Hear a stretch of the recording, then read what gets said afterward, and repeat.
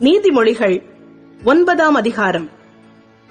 ஞானம் தன் வீட்டை கட்டி தன் 7 தூண்களையும் சித்திரம் தீர்த்து தன் கொழுத்த ஜந்துக்களை அடித்து திராட்சை ரசத்தை வார்த்து வைத்து தன் போஜன பந்தியை ஆயத்தப்படுத்தி தன் பணிவிடைக்காரிகளை அனுப்பி பட்டணத்தின் உயர்ந்த மேடைகளின் மேல் நின்று கூப்பிட்டு புத்தியினனை நோக்கி, எவன் பேதையோ அவன் இவ்விடத்தில் வரக்கடவன்.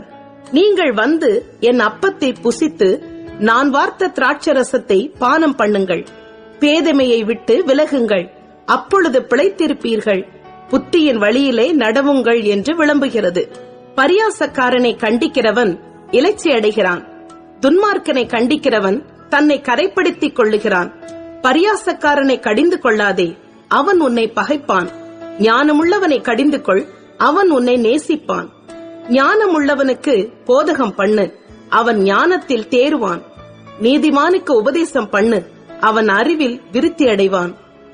கர்த்தருக்கு பயப்படுதலே ஞானத்தின் ஆரம்பம், பரிசுத்தரின் அறிவே அறிவு. என்னாலே உன் நாட்கள் பெருகும், உன் ஆயுசின் வருஷங்கள் விருத்தியாகும். நீ ஞானியானால் உனக்கென்று ஞானியாவாய், நீ பரியாசக்காரனானால் நீயே அதன் பயனை அனுபவிப்பாய் என்று சொல்லுகிறது. மதியற்ற ஸ்திரீ வாயாடியும் ஒன்றுமறியாத நிர்மூடமுமாய் இருக்கிறாள். அவள் தன் வீட்டு வாசற்படியிலும் பட்டணத்தின் மேடைகளிலும் ஆசனம் போட்டு உட்கார்ந்து தங்கள் வழிகளை நோக்கி நேரே போகும் வழிப்போக்கரை பார்த்து, எவன் பேதையோ அவன் இவ்விடத்தில் வரக்கடவன் என்றும், மதியனனை நோக்கி திருட்டு தண்ணீர் தித்திக்கும், அந்தரங்கத்தில் புசிக்கும் அப்பம் இன்பமாயிருக்கும் என்றும் சொல்லி கூப்பிடுகிறாள்.